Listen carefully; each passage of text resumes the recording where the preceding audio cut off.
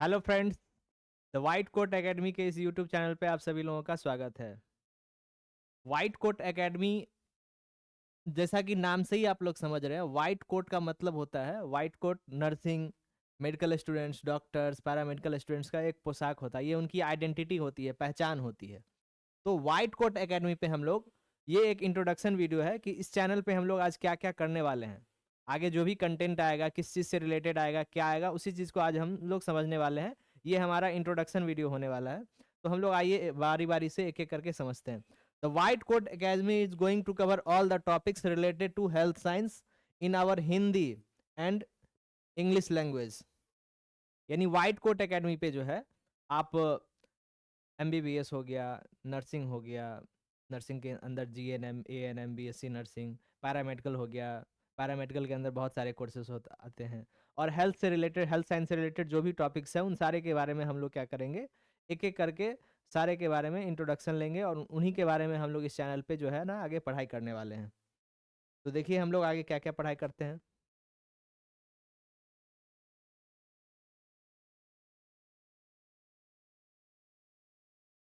तो हमारा main objective क्या है इस प्लेटफॉर्म का, हम लोग इस प्लेटफॉर्म पे किस किस चीज़ के बारे में पढ़ने वाले हैं। तो देखो, हम लोग क्या करेंगे, to cover the syllabus of A N M. A N M, जैसा कि ए एन एम का फुल फॉर्म होता है auxiliary nursing and midwifery. A N M जो है, ए एन एम के बारे में या जो भी कोर्सेस है उन सब के बारे में आप लोग को पहले से जानकारी होगा कि ए एन एम कोर्स जो होता है वो एक सबसे बेसिक नर्सिंग का कोर्स होता है। इस नर्सिंग के कोर्सेज में बेसिकली हम लोग कम्युनिटी से रिलेटेड, कम्युनिटी हेल्थ और वुमेन हेल्थ के बारे में पढ़ते हैं। फिर आता है अपना जीएनएम कोर्स। जीएनएम यानी जीएनएम का फुल फॉर्म होता है जनरल नर्सिंग एंड मिडवाइफरी।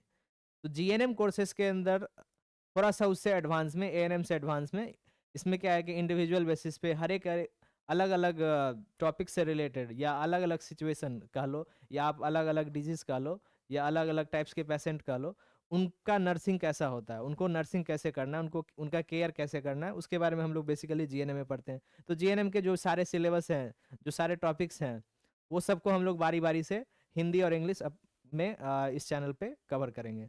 फिर आता है बीएससी नर्सिंग। बीएससी नर्सिंग ये एक डिग्री लेवल का कोर्स है, अंडर ग्रेजुएट प्रोफेशनल कोर्स है।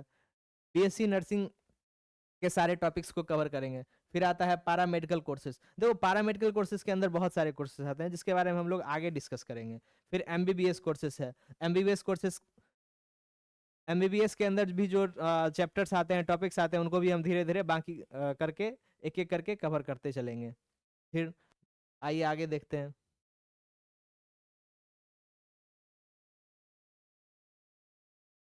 अब है हमारा पैरा मेडिकल कोर्स। तो पैरा मेडिकल कोर्स क्या होता है ये आप समझो पहले। तो पैरामेडिकल कोर्सेज के अंदर क्या है कि बहुत सारा कोर्स आता है। हम लोग पैरामेडिकल के अंदर लगभग 30 से ज़्यादा कोर्सेज हैं। बट उसमें जो बेसिकली जनरली जो हम लोग, जिनके बारे में हम लोग फैमिलियर होते हैं और ज़्यादातर बच्चे जो है ना वो कोर्सेज लेना पसंद करते हैं, उसके अंदर जैसे पहला हमारा है diploma in medical lab technician, DMLT. तो जैसा कि आपको नाम से ही समझ में आ रहा है, लैब टेक्नीशियन। अब जैसे कि आप किसी डॉक्टर्स के पास जाते हो, आपका ब्लड टेस्ट होता है, उसका डायग्नोसिस होता है, आपके अंदर, आपके शरीर में क्या बीमारी है, इसके बारे में जो डायग्नोसिस होता है, ये सारा चीज़ का पढ़ाई, हम लोग डायग्नोसिस कैसे करते हैं, यानी कौन सा टेस्ट करते हैं, क्या करते हैं, वो सारी चीज़ को हम लोग डीएमएलटी में कवर करते हैं। तो ये पैरामेडिकल के अंदर आता है। और बिना टेस्ट के कोई भी डॉक्टर जो है ना सही इलाज नहीं कर सकते हैं। तो आपका सही इलाज के लिए जो क्या है ना, आपका सही डायग्नोसिस पता होना चाहिए, सही टेस्ट पता होना चाहिए। तो टेस्टिंग के लिए अलग एक मेडिकल का डिपार्टमेंट होता है जिसको हम लोग बोलते हैं डीएमएलटी, और इसी का अगर जो बैचलर कोर्स होता है वो कहलाता है बीएमएलटी। तो ये सारे कोर्सेस हैं। फिर आते हैं diploma in operation theatre technology, DOTT. देखो ये जो शॉर्ट फॉर्म है ना, इस शॉर्ट फॉर्म आपको अलग अलग जगह, अलग अलग यूनिवर्सिटी में अलग अलग मिलेगा, उस पर नहीं जाना है। बेसिकली हम लोग को समझना है कि ऑपरेशन थिएटर टेक्नोलॉजी क्या होता है। देखो, ऑपरेशन थिएटर टेक्नोलॉजी क्या होता है कि अगर मान के चलिए आप या आपके घर में कभी ना कभी किन्हीं का सर्जरी हुआ होगा, तो सर्जरी में क्या है ना कि सिर्फ एक डॉक्टर नहीं होते, उनका एक टीम होता है। टीम में क्या होता है ना, बहुत सारे लोग होते हैं जिनका अलग अलग काम होता है। सबसे पहला स्टेप तो होता है एनेस्थीसिया लगाना, यानी कि अगर कोई पेशेंट जाता है किसी का सर्जरी होने वाला है, किसी का ऑपरेशन होने वाला है, तो एनेस्थीसिया लगाते हैं। तो एनेस्थीसिया जो है वो एक अलग डिपार्टमेंट है पैरामेडिकल का। उसके बाद क्या होता है ना, अब जो वहाँ पे ऑपरेशन करने के लिए जो वहाँ पे इक्विपमेंट है या जो भी थिंग्स है, जो टेक्नोलॉजी यूज हो रहा है, उसको जानने वाले एक जानकार होते हैं, जिसको हम लोग बोलते हैं operation theatre technology specialist, OTT. OT जिसको अपने आम भाषा में ओटी असिस्टेंट भी बोलते हैं। तो ओटी असिस्टेंट वाले क्या करते हैं, बेसिकली डॉक्टर्स को असिस्ट करते हैं हाउ टू ऑपरेट, ऑपरेशन करने में, या फिर किसी का सर्जरी होता है तो उसमें क्या कैसे करना है उनको वो बताते हैं। डॉक्टर्स को तो पूरे ह्यूमन हेल्थ के बारे में हर एक एक ऑर्गेन के बारे में पता होता है ना, बट उसको ऑपरेट करना कैसे है, मशीन को कैसे यूज़ करना है, ये ऑपरेशन थिएटर टेक्नोलॉजी वाले जो स्टूडेंट्स होते हैं पैरामेडिकल के, वो बताते हैं। फिर नेक्स्ट हमारा आता है रेडियोलॉजी एंड इमेजिंग टेक्नोलॉजी। तो रेडियोलॉजी एंड इमेजिंग से आप लोग जैसा समझ रहे हैं, जैसे अपना सीटी स्कैन हुआ, एमआरआई हुआ, तो ये सब कैसे काम करता है, इसके बारे में भी एक अलग से पढ़ाई होता है, जो रेडियोलॉजी और इमेजिंग टेक्नोलॉजी के अंदर आता है। और भी कोर्सेज हैं, जैसे एक्सरे टेक्नीशियन हो गया, और बहुत सारा कोर्स है। ऑप्टोमेट्री क्या होता है, देखो ऑप्टोमेट्री, अब हम लोग जैसे कि आंख जांच करवाने जाते हैं, आप सभी लोग गए होंगे, जैसे मैं चश्मा पहना हूँ, तो डॉक्टर्स का काम होता है आंख को देखना समझना, बट क्या पावर लगेगा नहीं लगेगा, ये जो टेस्टिंग करते हैं ना, ये ऑप्टोमेट्री वाले ही करते हैं, कि क्या पावर होना चाहिए, वो चेक करके दे देते हैं, वेरीफाइड डॉक्टर्स करते हैं, वो टेस्ट करने आपका नहीं जाते हैं। वो टेस्ट करने का काम जो होता है वो पैरामेडिकल स्टूडेंट्स का होता है, या पैरामेडिकल स्टाफ का होता है। तो ऑप्टोमेट्री आप लोग समझ गए। फिर आता है फिजियोथेरेपी।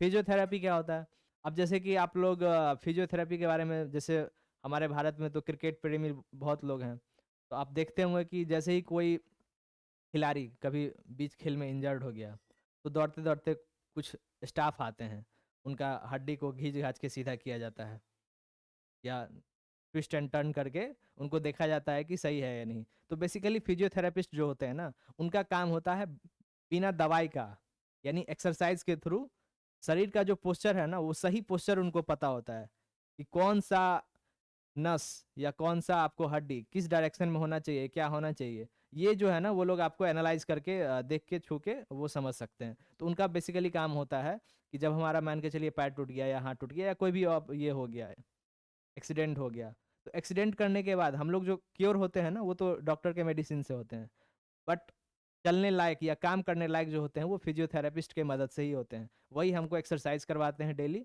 और फिर जाके आप जो है ना क्योर हो पाते हैं। तो फिजियोथेरेपिस्ट के अंदर ही हो गया।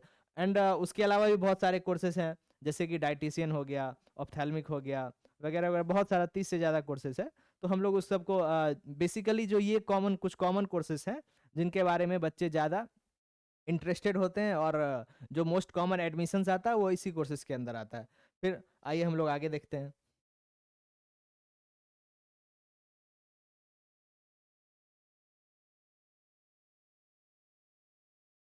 अब है अपना नर्सिंग कोर्स। देखो नर्सिंग के अंदर 3 कोर्सेस आता है, और नर्सिंग जो है ना, जब से कोरोना हुआ है उसके बाद जो है ना, नर्सिंग क्षेत्र कहिए या पैरामेडिकल क्षेत्र कहिए, उसमें बूम हुआ है।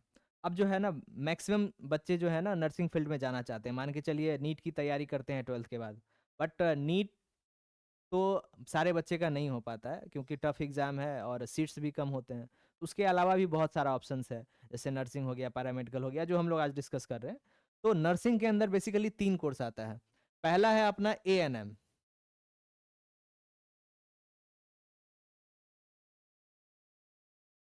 पहला है अपना ANM।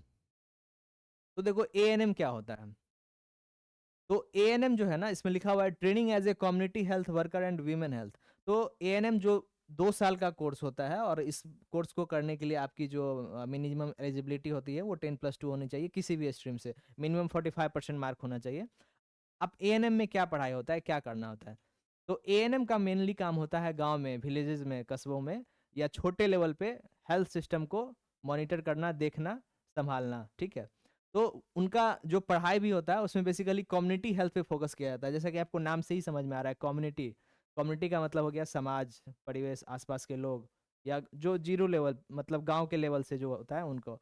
और वीमेन हेल्थ के पे फोकस किया जाता है। मतलब वुमेन का हेल्थ कैसा होना चाहिए, या फिर उनसे रिलेटेड जो डिलीवरी हो गया, ये सब से रिलेटेड उनके बाद उनको पढ़ाई कराया जाता है। फिर आता है अपना जीएनएम कोर्स। जीएनएम जो है एएनएम से थोड़ा सा ऊपर है, डिप्लोमा लेवल का कोर्स होता है। ये 3 साल का होता है, 3 ईयर ड्यूरेशन होता है। और इस कोर्स की भी जो एलिजिबिलिटी होती है वो 10+2 ही है बेसिकली। मतलब ऐसा नहीं है कि आपको बायो बैकग्राउंड से होना चाहिए, आप किसी भी स्ट्रीम से जो है ना अगर पास आउट हो, बट कंपलसरी क्या है कि आपके 12th में एक सब्जेक्ट इंग्लिश होना चाहिए। इंग्लिश अगर आपका एक सब्जेक्ट होता है तो आप जो है जीएनएम के लिए एलिजिबल होंगे। और मिनिमम जो है 45% मार्क होना चाहिए। और जीएनएम का काम क्या होता है, अब देखो ये इंडिविजुअल बेसिस पे काम करते हैं, या इनकी जो पढ़ाई होती है ना इंडिविजुअलिटी बेसिस पे होती है। अभी इंडिविजुअल क्या होता है उसको समझिए। अब मान के चलिए कि मैं और आप, तो हम लोगों को दो अलग अलग तरह का कोई डिजीज है या कोई प्रॉब्लम है, ठीक है। तो अलग अलग तरह के डिजीज और अलग अलग तरह के प्रॉब्लम को केयर कैसे करना है ना, वो अलग अलग तरीके से पढ़ाया जाता है, ठीक है ना। तो इसी को बोलते हैं individuals, focus on providing care for individuals, families and communities. Families का मतलब हो गया कि मान के चलिए कोई जेनेटिक बीमारी है, उस पूरे फैमिली को सेम टू सेम बीमारी हो रहा है या सेम टू सेम ये हो रहा है, तो सबका केयर कैसे करना है। कम्युनिटीज, कम्युनिटीज तो हम लोग बेसिकली एएनएम से ही कैरी फॉरवर्ड करते हैं। कम्युनिटी का मतलब हो गया हम लोग अपने आसपास वगैरह। तो जीएनएम जो है वो थोड़ा सा इससे हाई लेवल का कोर्स होता है, 3 साल का कोर्स होता है। एएनएम में जो हम लोग कवर पढ़ते हैं वो सारे चीज़ जीएनएम ऑलरेडी कवर करती है। तो अगर आप करना चाहो तो एएनएम से ऊपर जाके जीएनएम भी कर सकते हो। फिर अपना है तीसरा नंबर बीएससी नर्सिंग। अब बीएससी नर्सिंग क्या होता है, ये professional under graduate degree course है। ये 4 साल का होता है। ये जो है आपको 4 ईयर का होता है।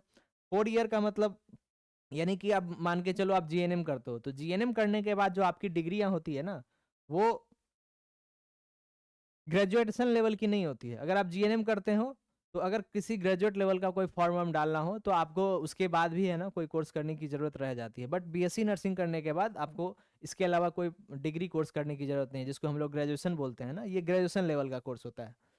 तो इसमें क्या है ना, इस बीएससी नर्सिंग का मेनली काम होता है कि नर्सेस को ही ट्रेनिंग देते हैं, या नर्सेस को जो है ना गाइड करते हैं नर्सिंग को। ये जो एएनएम वाले होते हैं, जीएनएम वाले होते हैं या बीएससी नर्सिंग वाले होते हैं, उनका जो पढ़ाई होता है, उनका जो ट्यूटरिंग होता है, ये उनका काम करते हैं। बीएससी नर्सिंग का मेनली पर्पस का मेन काम होता है to train the nurse, nurse को ट्रेनिंग देना। और उनके पास इन डेप्थ अंडरस्टैंडिंग होता है सारे नर्सिंग फील्ड का।